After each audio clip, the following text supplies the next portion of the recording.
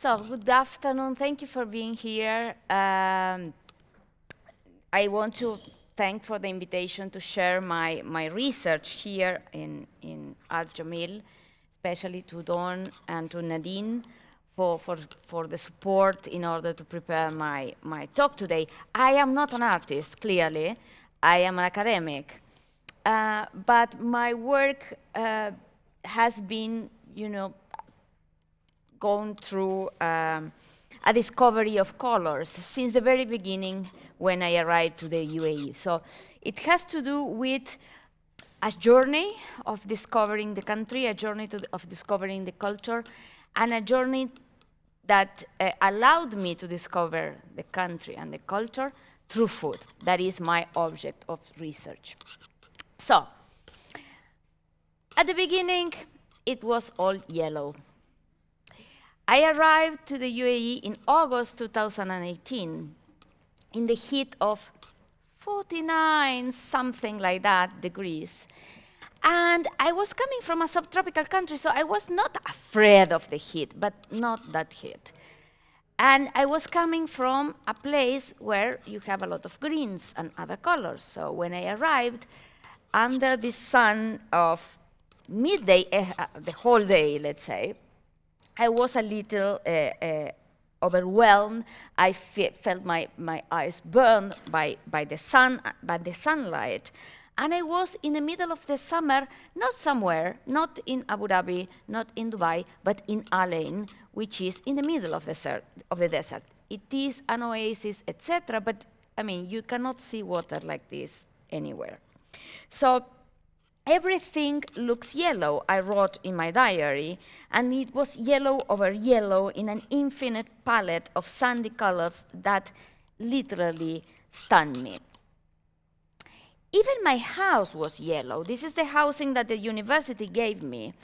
And the house is yellow, inside was yellow, the entire compound was yellow, the neighboring buildings were yellow, the two fanciest compounds nearby were yellow, and I didn't understand clearly why all this yellow in a place that, besides the roads, you have a lot of sun as well.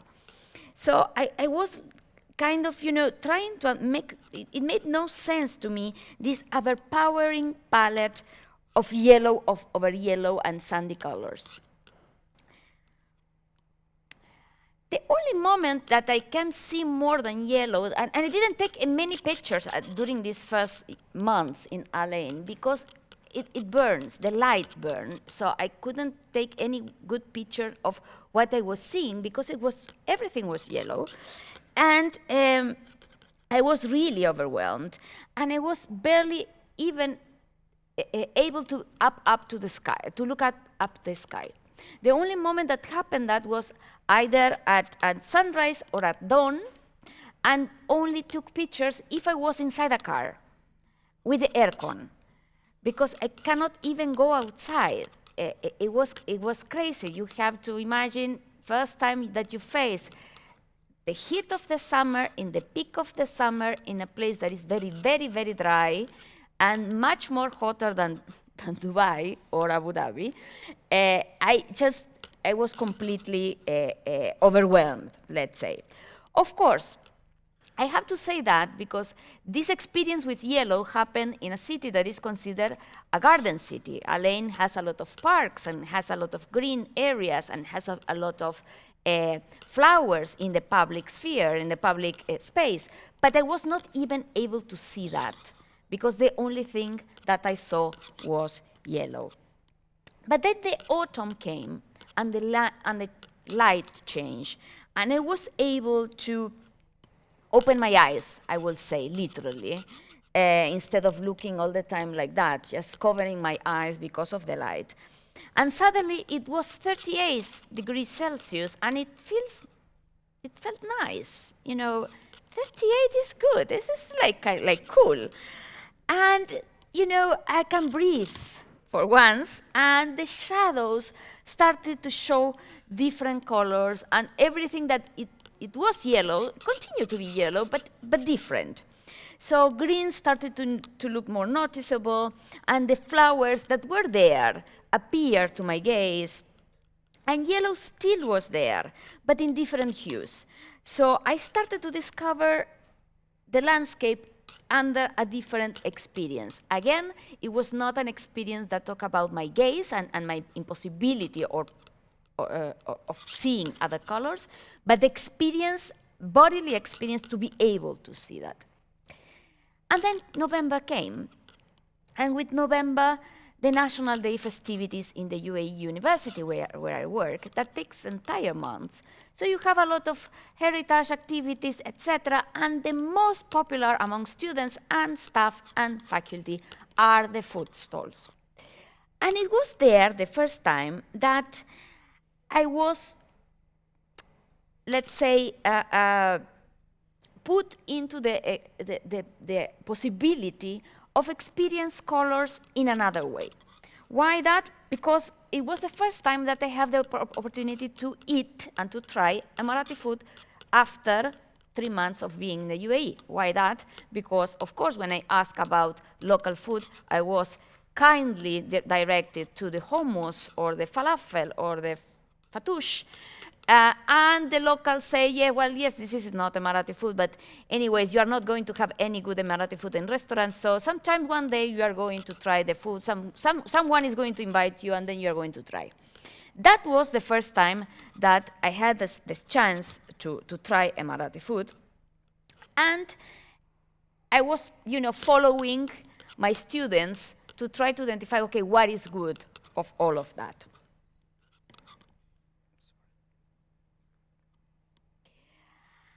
And then I discovered that the landscape that I started to discover in the autumn through the shades of yellows and oranges and ochres, etc., started to appear in the food.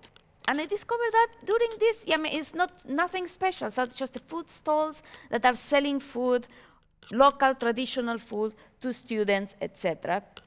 And then I discovered that the colors that look the same could have different shapes, different sounds, different smells, different flavors. And even though in some cases the food served there were not exactly Emirati, could come like from the Levant or from Egypt or even macarona, it was presented as having the Emirati flavor. So this is not pasta. This is macarona, Emirati macarona. This is not kushari. This is Emirati kushari. Okay, and I was believing in everything because it was my first months there. So whatever they say, I took notes and I followed the leads. But what amazed me at that time was looking at those colors and the clear joy of my students. I realized at that precise moment that food was the subject that I have to follow in order to understand Emirati culture and the Emirati landscape as well. So, why learning and why treating Emirati food as art and not, this is just one part of how I look at the research, of course, because I am trying to understand how the cuisine is constructed. I have like several layers of my research, but for me the most rich and the most productive has been understanding it as an art. Why as an art? Basically, my approach is ethnographic, so it allows me to understand food as a performative art with an agentic nature. Why performative? Because cooking and sharing food is always in action, and while we repeat recipes and while we repeat rituals of sharing, it's like in theater, there are spaces of error, there are spaces of the imponderabilities or the something that could be wrong. And basically because everything that is in a moment of a dish being created is alive. They react with each other. So there is a lot of things that could go wrong, and even following the techniques and even knowing very well the recipe, something could happen. But at the same time, this is something to be shared with others. So it expects to create an experience in those who are receiving that food. So in this sense, it has an agentic nature. It is able to change the world one person at a time when they try the food and they feel it like an extraordinary experience, that they move it back home, or a very wrong and bad experience as well. But food also changed the landscape. It changed the landscape not in a direct form. Of course, it does. Basically, when we change, when the recipes start to ask for ingredients that are not growing here, so it changed the landscape because we import them, so there is a carbon path, but also it changed the landscape when we start to plant things that naturally do not grow here. But also because it allows us to change our perception of the surrounded world. When we look at the food, we can see the landscape, and this is very clear in the interviews and in the conversations and in the experiences of sharing food with my Emirati friends. So, how to learn that? Because that's the key question, and we are having been discussing this yesterday and today. How do we learn from non-humans? How do we learn from the weather? How do we learn from others? But how do we learn from food? I mean, because it's not just about learning about how to prepare a dish. It's learning through food what happens with the environment and what happens with the socialization, what happens with the commensality. So, I faced two basic problems in my research, but they became a blessing in disguise. First thing, I do not speak Arabic. I am not from an Arabic heritage. I did not have time to read. I am teaching a lot at my university. I have a lot of service and administration, so the time that I really have to dedicate to my research is very limited. So I wish I would have time granted to learn Emirati Arabic, but I didn't have it this time. And I have to produce a research, so okay, what to do?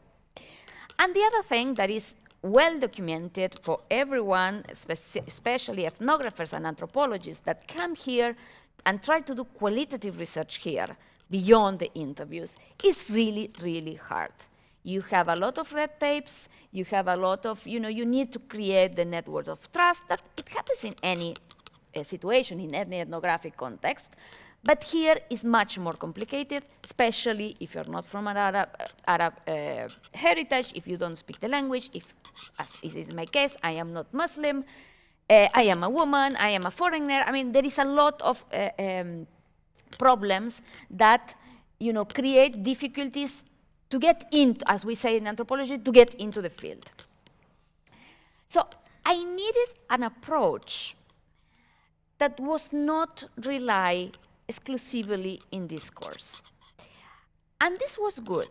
And this was something that I learned by researching religion. That was my previous experience. I mean, it doesn't matter. You ask people about what happens, and the real stuff happens in the gesture, in the action, in the gaze. So you have to train other kind of skills. But of course, I didn't have the skills because learning how to, learning through food requires a set of skills that at that moment I didn't have. So I have to learn the skill. I mean, I didn't need to learn Arabic, but I need to learn skills regarding food. The first thing that I discovered very easily is that learning food through recipes or recipe books was not enough. Differently from other parts of the Arab world, there was Emirati culture is basically oral culture. There was not even notebooks, handwrite notebooks as we have in several parts of Latin America. For example, the housewives write the recipes or exchange recipes. We have here the very nice exhibition of Salma Sarri, but all the recipes and books, etc., are written by expats. So what about the Emirati recipes and how to get into the, let's say, authentic recipes or traditional recipes from the region? So there are few, like 6 Emirati food recipe books existing. Only 2 written by Emiratis. One, it was a student that self-published herself, and includes also cupcakes and other kind of Western recipes, and Chef Hulud Atik book that is almost is not available anymore. But one of them, talking with other people, they say, okay, but this book is not good. So why is not good? Because the recipes won't work. Because in the way that it's written, if you haven't seen how the recipe was done by someone, you cannot decode the recipe. It has no proper measures. It has no proper, you have to stir until it's done. What means done? Well, of course, it is based in certain suppositions, in certain knowledge that perhaps is not for everyone. Perhaps is not, to be shared to everyone. And I think that the book in itself is a very important document in that sense. This picture is from one of the classes that I took, cooking classes that I took with my student, with a lady in Alain, and she wrote for us the recipes. But of course, without the practical class, we were not able to cook anything. I mean, the words were not enough. So again, I needed another approach. So I started to take these classes. I started to ask people to bring me food, what was very interesting because students started to feed me, so it was great. And then in 2018, there was the Youth Authority in Abu Dhabi created a cultural iftar. So Emirati families were welcoming foreigners. You have to register. And you can have iftar with them, so they're serving the traditional food, etc. So I participated in that as well, besides visiting every single one Emirati and or traditional food restaurant in Abu Dhabi and Dubai. So, what are the colors of Emirati food? Because here we are. And again, at the beginning, it was all yellow. Yellowish, I mean, this picture, you cannot see that, but this haris is covered by a thick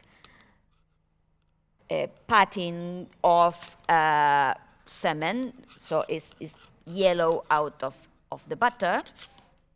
And then as you are going to see now, everything was yellow. But little by little, I started to identify the hues.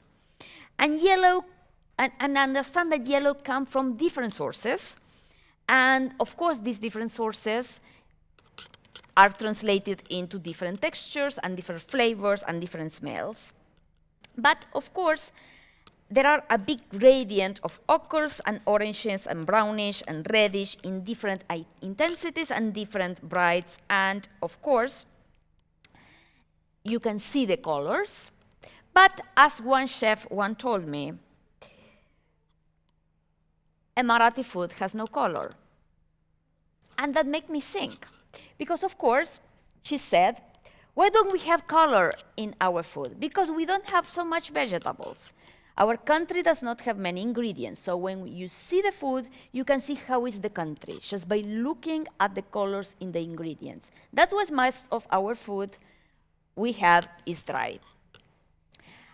And this discussion comes from a very specific context that was, okay, how identify Gulf Khaleesi food from the Arab world. And we were discussing about parsley, and we were discussing about olive oil, and we were discussing about why you are not supposed to put parsley on top of the food.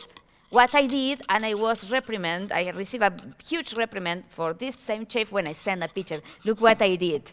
And what did you do? I mean, you put parsley, it makes no sense. And I say, okay, well, no problem. So this is a dish, this is chicken saluna. No filter, that's the color of the dish. And you can say it's brownish and yellowish and ochre, etc. And again, the point is that how we think colors going behind or beyond the Eurocentric parameters in terms of what is healthy food, for example. We need to eat 5 colors per day. And here we have perhaps different hues of yellows and ochres, etc. So we are forced, let's say, for healthy reasons, to include green and red and different colors, but it was not the case.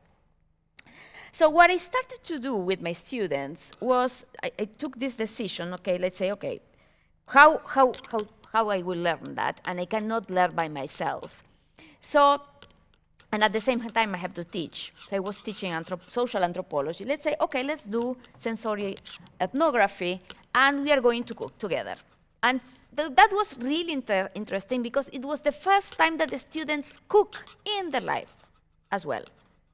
So we went together to these cooking classes, and we were to visit restaurants together. But the whole idea was to learn food colors through the entire body. It's not just about the gaze, it's just not about being able to paint or to identify the hues, but also to learn with the body. So for example, here is a picture. We are cutting or rolling legumat to be fried. And we start to understand that, okay, why this perspective? Because food is a placemaker, because it merges nature and culture, because it creates a specific form of sociability, memory, attachment, and affect. We don't read colors, we feel colors. And colors are part of our embodied experience of food as well. And this is easy because food is multisensorial, so it allows us to identify other indexes that goes beyond the visual ones. So, as you can say, when I'm telling you that learning colors is a bodily experience, and learning to cook these colors or to cook with these colors is a bodily experience, means that you have also to change your corporal access. Why that? Because if I cook at home, I have a bench, I have a table, and I have a chopping board, and then I cook. But I don't have, to squat to cook. So the entire process of cooking includes putting my body in positions that I was not used to. So this was, we were like 5 hours cooking different things. And we were squat almost all the time because the fire was in the floor. And this is a normal house of a person that cooks for a living and teach for a living. But that was the whole idea. Okay, how I touch these colors, how these colors feels in my hand, and how, my body relates in a different way with this materiality. Of course, there was a lot of problems, and this is me trying to beat Haris in a very wrong way. Why that? Because, of course, you beat Haris, you don't mix it. My feet was in a very wrong position because you have to, embrace the pot, otherwise the pot is going to fly. And I was taking the stick as I was, doing like this, and it was not correct, and it was corrected, but I wanted to bring the picture of me doing all wrong. Why that? Because depending on how you beat the Haris, the color is different. And that's why people, the old ladies, complain that using the blender will bring not just a different flavor, but a different color. And the color is different, and it's ugly, it's gray. So that was, again, the bodily experience to start to read the colors while cooking and involving the entire body on that. Again, the other example is preparing balalit. Balalit is, of course, yellow over yellow over yellow because it includes the pasta and the butter and the saffron, and the sugar is caramelized and creates another shade of yellow. But depending on the quantity of spices that you put, the quantity of butter, the quantity of the time that you leave the pasta,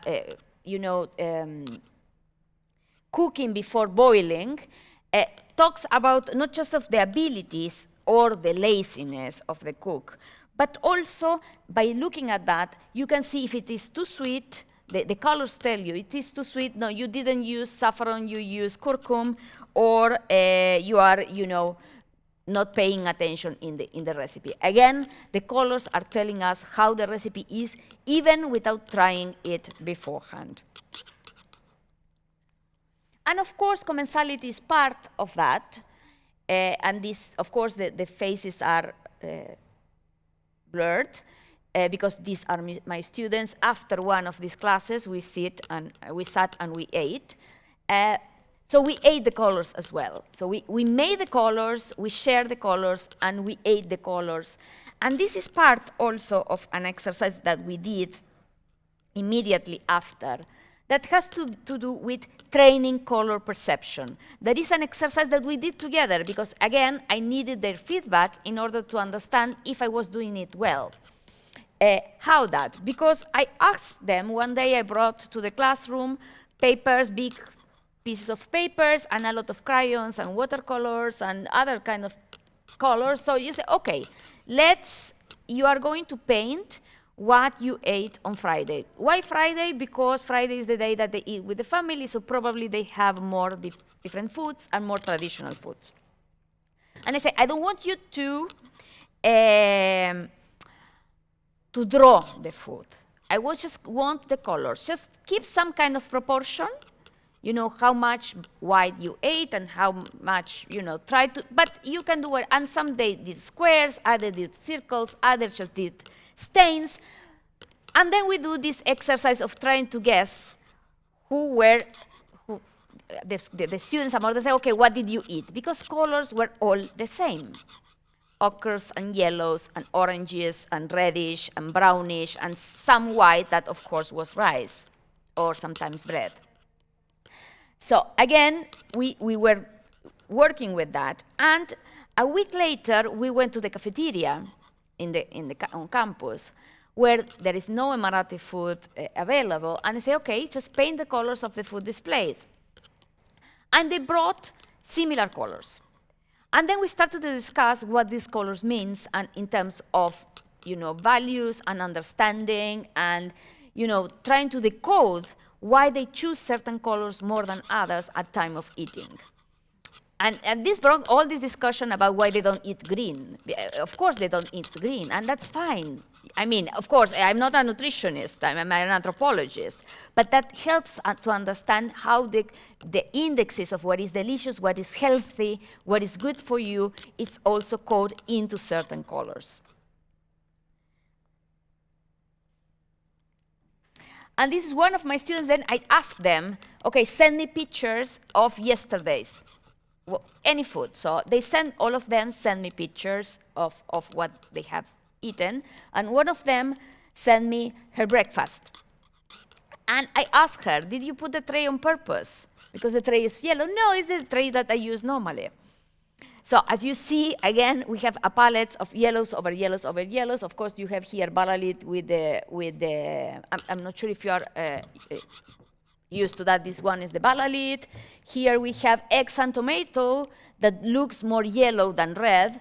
Dango is dango, yeah, and kebab, plus the honey and the cheese. No, bagila, no ballalit, no dango. So, as I said, not all yellows are the same. And when we are going back to the landscape, and I'm just finishing my talk, just to go back, I mean, we started with the landscape, and we are going back to the landscape. There are hues, there are intensities, there are bright, but there are also smells and flavors and textures. And this is an open dialogue, an open conversation with the landscape. This is everyone's favorite can farouche, popularly known as legemat. Now everyone recognizes legemat, but in fact this is can farouche, and then they changed the name for some reason. But this is a clear example on how yellows talk and create a conversation with the landscape. We have the legemat then moving from halal to rutab, that are the moments of how a date ripe from yellow to half yellow, half brown. So these are, in a sense, you can see in the picture, half brown, half yellow, as the date in August in any palm tree here in the region. And then back from root tap to tamer, which is the perfect brownish color that tells you that is, good and sweet to eat at the moment. And finally, reconnecting with yellow. You know that I started this talk about how yellow overwhelmed me and how I was really, it was not a good sensation, my first connection with yellow, I will say.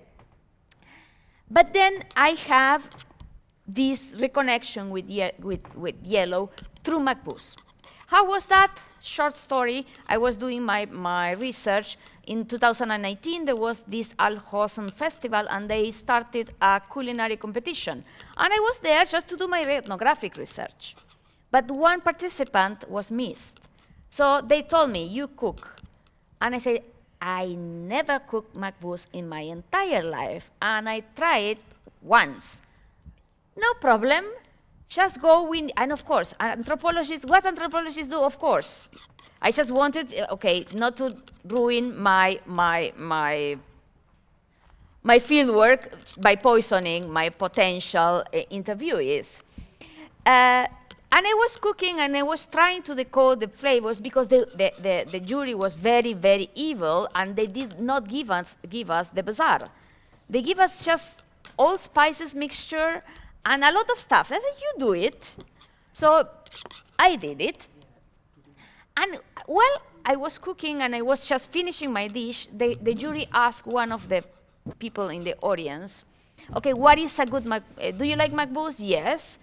And what is a good MacBoost? And he said, MacBoost should have the taste of the lumi, that is the dry lemon, and should be yellow.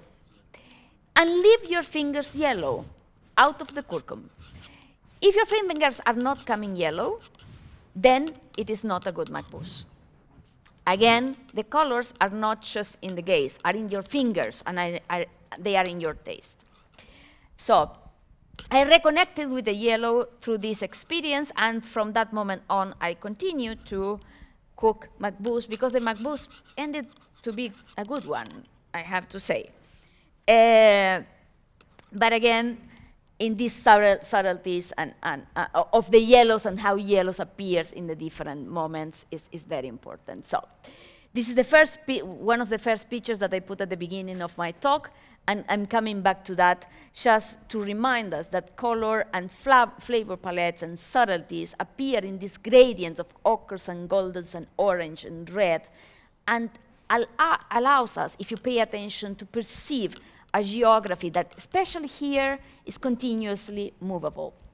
It's in the practice of alimentation that is building of gustative and olfactory landscape that help us to recognize and build a place as home.